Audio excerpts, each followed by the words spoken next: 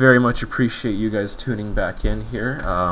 This is part 2 of the video review of Revenge of the Fallen Jetfire. We have gotten up to this point, having his arm split.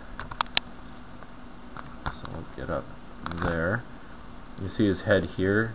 What you do is just split the whiskers and it will reveal his head, but won't get to that, to the connection part, till a bit later.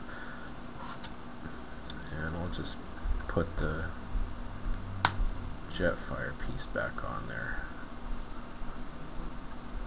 Okay, and then what you do here, you just disconnect the back of his, I guess, his back there from the plane.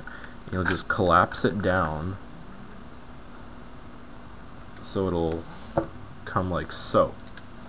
Then what I like to do, you just separate the big engines from each side, because that would hinder the collapsing of the, I guess you can call it a backpack behind him there. So,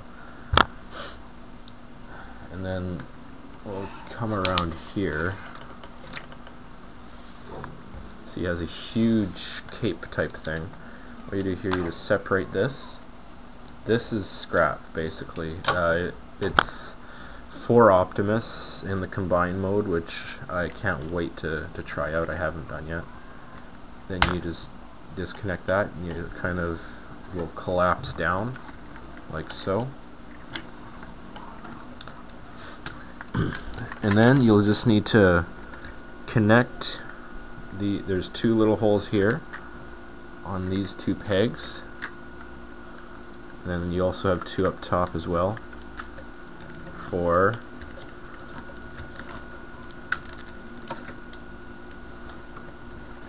oh, it's not low enough. There we go. Had to get a bit lower. Then you have the ever so famous transformation sound. I'll try to prop him up here. There we go. So I'll just back up a bit just to give you guys an idea.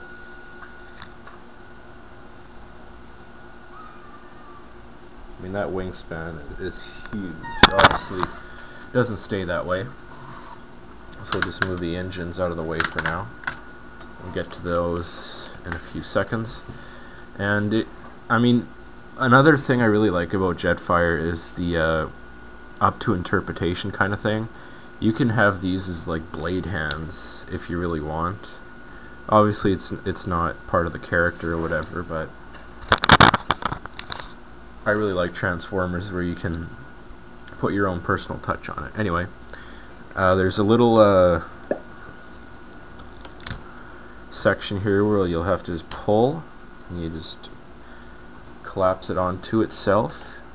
You can't go right like this, you have to push it down, and then there will be a hole here, right there, and then a tab there. You just close it onto itself, and you have one arm done.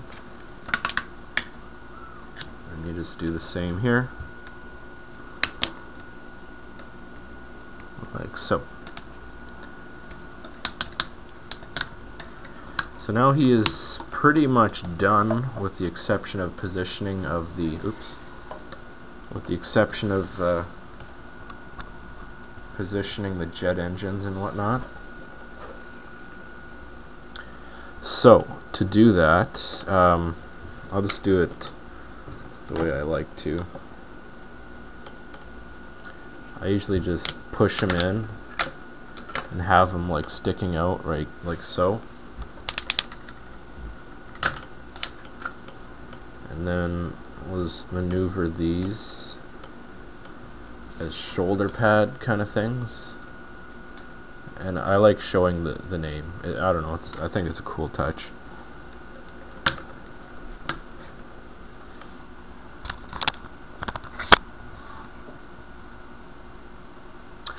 And I think this is the hand that is shown to be the cane holder.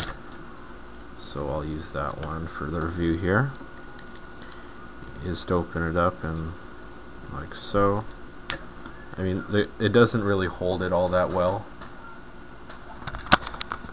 Right there. I mean, as you can see, it's very loose. And again, this part you can just put off to the side. It does have a little handle in here that I'm sure Jetfire could hold. Then at the other end it forms, I guess this is a barrel or for a blaster, and it just forms as a shield kind of thing. It is a great idea, definitely. It's just, for those of you who just have Jetfire, it's kind of a waste. And this is supposed to tab into the gray slot on the, it's a slot right in here, but it doesn't hold all the way. But I'll just leave it dangling there.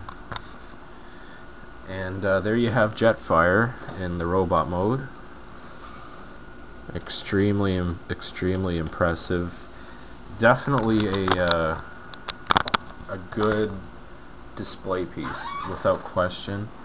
I think it's just really got a great look to him.